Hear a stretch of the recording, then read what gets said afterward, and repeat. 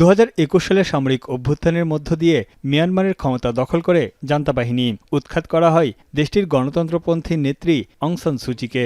উস্কানি, দুর্নীতি, নির্বাচনে জালিয়াতি সহ বিভিন্ন অভিযোগে শান্তিতে নোবেলজয়ী সুচিকে দেয়া হয় 27 বছরের কারাদণ্ড।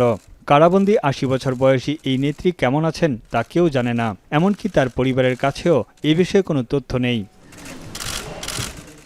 সম্প্রতি রয়টার্সকে দেয়া এক সাক্ষাৎকারে মায়ের স্বাস্থ্য নিয়ে উদ্বেগ জানান সুচির ছেলে কিম অ্যারিস। অং সান সুচি বেঁচে আছেন কিনা তা নিয়েও সংশয় জানান তিনি। 2 বছরের বেশি সময় ধরে সুচির সঙ্গে দেখা করতে দেয়া হচ্ছে না কাউকেই, এমনকি কোথায় তাকে বন্দী রাখা হয়েছে সে বিষয়েও সঠিক কোনো তথ্য নেই। পরিবারের এমন উদ্বেগের পর সুচির স্বাস্থ্যের অবস্থা জানিয়ে বিবৃতি দেয় দেশটির ক্ষমতাসীন জান্তা বাহিনী। মিয়ানমার সেনাবাহিনীর দাবি সুচি সুস্থ আছেন, যদিও তার বর্তমান অবস্থান এবং স্বাস্থ্যের বিষয়ে গ্রহণযোগ্য কোনো প্রমাণ বা নথি দেয়নি তারা। এমনকি চিকিৎসক ও আন্তর্জাতিক পর্যবেক্ষকদের প্রবেশাধিকার দিতে অস্বীকৃতি জানিয়েছে জান্তা বাহিনী।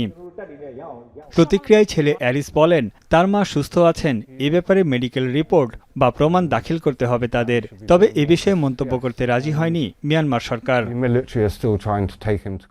এদিকে জান্তা সরকারের অভিযোগ, 28 ডিসেম্বর আসন্ন জাতীয় নির্বাচন বানচালের চেষ্টা করছেন সুচির ছেলে কিম অ্যারিস। তার মায়ের স্বাস্থ্য নিয়ে বানোয়াট ও মিথ্যা তথ্য ছড়িয়ে সাধারণ মানুষকে বিভ্রান্ত করছেন।